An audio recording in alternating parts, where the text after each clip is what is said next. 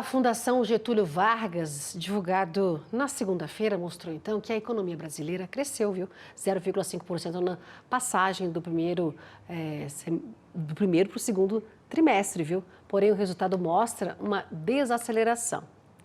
O economista da FGV Agro, Felipe Serigati, já está aqui comigo, né, com a gente, no nosso jornal, para fazer então uma análise em relação aos dados.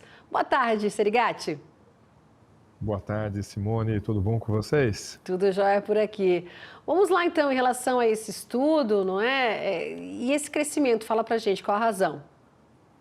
Então, Simone, aqui, né, a Fundação Getúlio Vargas tem um conjunto de indicadores conjunturais, né, que tenta monitorar, né, e aí, como é que está a economia brasileira, o mais próximo possível que a gente poderia chamar de tempo real, né? E um deles é justamente o monitor do PIB, né, que tenta antecipar as informações, os números do PIB que vai ser divulgado na virada do mês, né, início do mês de setembro. Então vamos lá, qual a formação que nós tivemos, né, nessa segunda-feira? A economia brasileira cresceu no primeiro trimestre, mas esse ritmo de crescimento está perdendo fôlego. Por que está perdendo fôlego? Tem um conjunto de motivos, né? Mas acho que o principal deles é a economia brasileira tem operado com uma taxa de juros muito elevada.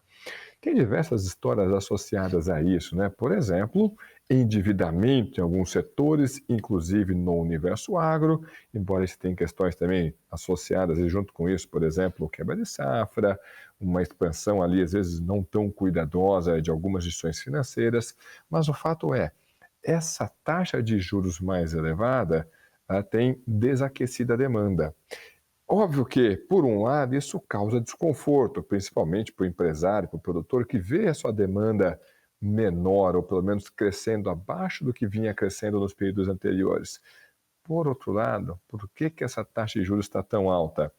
Porque o Banco Central está precisando, de fato, desaquecer a economia para poder conter a inflação, um processo que a gente está vendo acontecendo, né? Então, a inflação ela está perdendo fôlego de maneira lenta, mas até o momento é consistente, a inflação está perdendo fôlego, e a intensidade de elevação dessa taxa de juros, caramba, 15% de taxa de juros, com uma inflação rodando aí a 5%, se a gente for pegar a projeção para os próximos 12 meses, algo em torno de 4,5%, 5%, isso gera uma taxa de juros real na casa de 10%. É uma taxa de juros real muito elevada. Por que isso?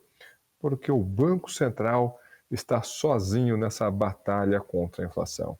Enquanto o Banco Central tem que subir a taxa de juros para tentar desaquecer a economia, a política fiscal, ou seja, os gastos do governo, aumentam num ritmo acelerado. Então, de um lado, você tem o Banco Central tentando tirar dinheiro da economia para acalmar a demanda, do outro lado, tem a política fiscal, o poder executivo injetando mais dinheiro. Como inflação cai no colo do Banco Central, é ele que vai ter que responder se a inflação convergiu ou não para a meta, então é dele essa responsabilidade, ele está tendo que aumentar ainda mais a taxa de juros para compensar uma contribuição que não está vindo do lado fiscal. Então, política monetária funciona? Funciona, pode demorar um pouco, mas ela funciona e a gente tem visto isso justamente na desaceleração da atividade econômica na virada do primeiro para o segundo trimestre. Felipe, essa desaceleração aí do PIB, ela vai continuar, deve continuar preocupando, então, aí, no caso, os investidores? Deve continuar preocupando os investidores e o poder executivo, tá? Lembra que eu comentei aqui anteriormente? Olha, a política monetária pode demorar um pouco, mas funciona. Então não é assim, olha, imediatamente, na hora que o Banco Central sobe a taxa de juros, no dia seguinte, o mercado de crédito desacelera, o câmbio reage. Não é bem assim, tá? Existe uma defasagem. Principalmente quando a gente olha para o mercado de crédito, essa defasagem pode durar até 9 meses. Ou seja, uma elevação da taxa de juros que tem acontecido em julho, a gente vai sentir os efeitos de maneira mais contundente dessa elevação lá em março, abril do ano que vem. Ou seja, a gente já tem uma desaceleração contratada. Isso, óbvio que é desconfortável para os investidores ali do lado real da economia, quem tem que produzir, buscar capital de giro, se financiar, sem dúvida alguma. Mas também traz preocupação para o Poder Executivo. Ele está pensando, peraí, tem uma desaceleração, essa desaceleração já está contratada, só que em 26 eu tenho um cenário eleitoral para encarar, para digerir. E a gente tem justamente, então, já uma desaceleração contratada em um ano eleitoral. Sim, isso traz preocupação e desconforto naturalmente, tanto para os investidores ali do lado produtivo, mas também para o Poder Executivo. Aperto monetário todo, o Felipe, o ministro Paulo Teixeira, ele afirmou em coletiva, né, que o governo ele deve então comprar aqueles perecíveis, né, que iriam para os Estados Unidos, né, que teriam esse destino para lá, para os americanos, podem ficar aqui no país. E eu te pergunto, há essa viabilidade dessa absorção, né, absorção, melhor dizendo, né, de todos esses produtos aqui no nosso mercado doméstico e lá na ponta melhorar os preços aí para o consumidor? Então, vamos lá, tá? Então, em primeiro lugar, Simone, né, seu comentário é importantíssimo e vamos esclarecer ainda mais essa ressalva. Essa desaceleração, né, que foi divulgada, foi antecipada aqui pelo monitor do PIB da Fundação, que já apareceu no IBCBR do Banco Central, né, o Índice de Atividade Econômica, que deve aparecer, né? Então, quando for anunciado o PIB oficial da economia brasileira, em nada tem a ver com o tarifaço do Trump em relação ao Brasil, nada, tá? Essa desaceleração, vamos lá, o tarifaço foi em julho, tá? Julho acontece isso depois ali do segundo trimestre, então não tem nada a ver com o tarifaço. O tarifaço pode trazer alguma desaceleração?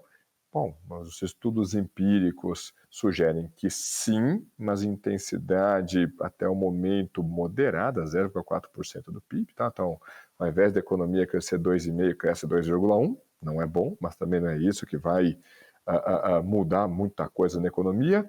No entanto, tem setores específicos que sim, podem sentir esse impacto de maneira muito contundente.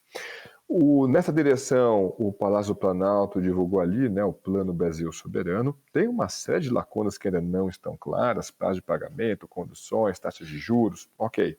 Mas lançou ali o plano, tá? Justamente voltar para os setores mais sensíveis. Um dos itens desse plano é justamente a compra desses produtos perecíveis. Desafio é grande, tá? Você tem outras políticas semelhantes a essa, por exemplo, o PAA, Plano de Aquisição de Alimentos, né, que é alimento para hospital, para presídio, o PNAE, Programa Nacional de Alimentação, né, para as escolas, também, né? Só que, embora ali esses programas tenham ali como principal objetivo comprar produtos da agricultura familiar, criando ali um mercado, garantindo um mercado para esses produtores, muitas vezes, para atender essa demanda desses programas, os gestores têm que buscar produto no mercado. Não da agricultura familiar, no mercado de uma forma geral, porque a agricultura familiar não consegue atender naquela programação, em algumas regiões, essa demanda desses dois programas. Então vamos lá. Importante ter esse canal? Importante. Só que é um desafio. Então, se a agricultura familiar, alguns segmentos têm dificuldade de atender o feijão ali da merenda, imagine produtos perecíveis. Imagine, por exemplo, pescados. Imagina, por exemplo, frutas tropicais. A gente vai comprar manga, vai comprar melão. Bacana, mas né, não é um item que aparece com frequência no cardápio escolar, de hospital, diferente do arroz e feijão. De qualquer forma, boa notícia ter esse programa, mas isso não significa que a coisa esteja resolvida. É importante estar ali, mas a gente não pode esquecer. Tem novos desafios, seja pelas características dos produtos mais perecíveis, seja por experiências anteriores, como o que a gente chama de mercados institucionais. Esses mercados são criados por políticas públicas voltadas para segmentos específicos, como alguns recortes da agricultura familiar. Importante programa, boa notícia, mas ainda tem muita água para passar por baixo dessa ponte para fazer esse programa funcionar. Felipe Serigati, economista da FGV Agro, nosso analista aqui do canal. Muito obrigada por essa conversa, análise da semana, viu? Ô Felipe, já te desejo um excelente fim de semana, porque o nosso reencontro é só para a semana que vem, viu? Até lá. Maravilha, muito obrigado a todos e um ótimo final de semana. Até a próxima semana. Tchau, tchau, até ela.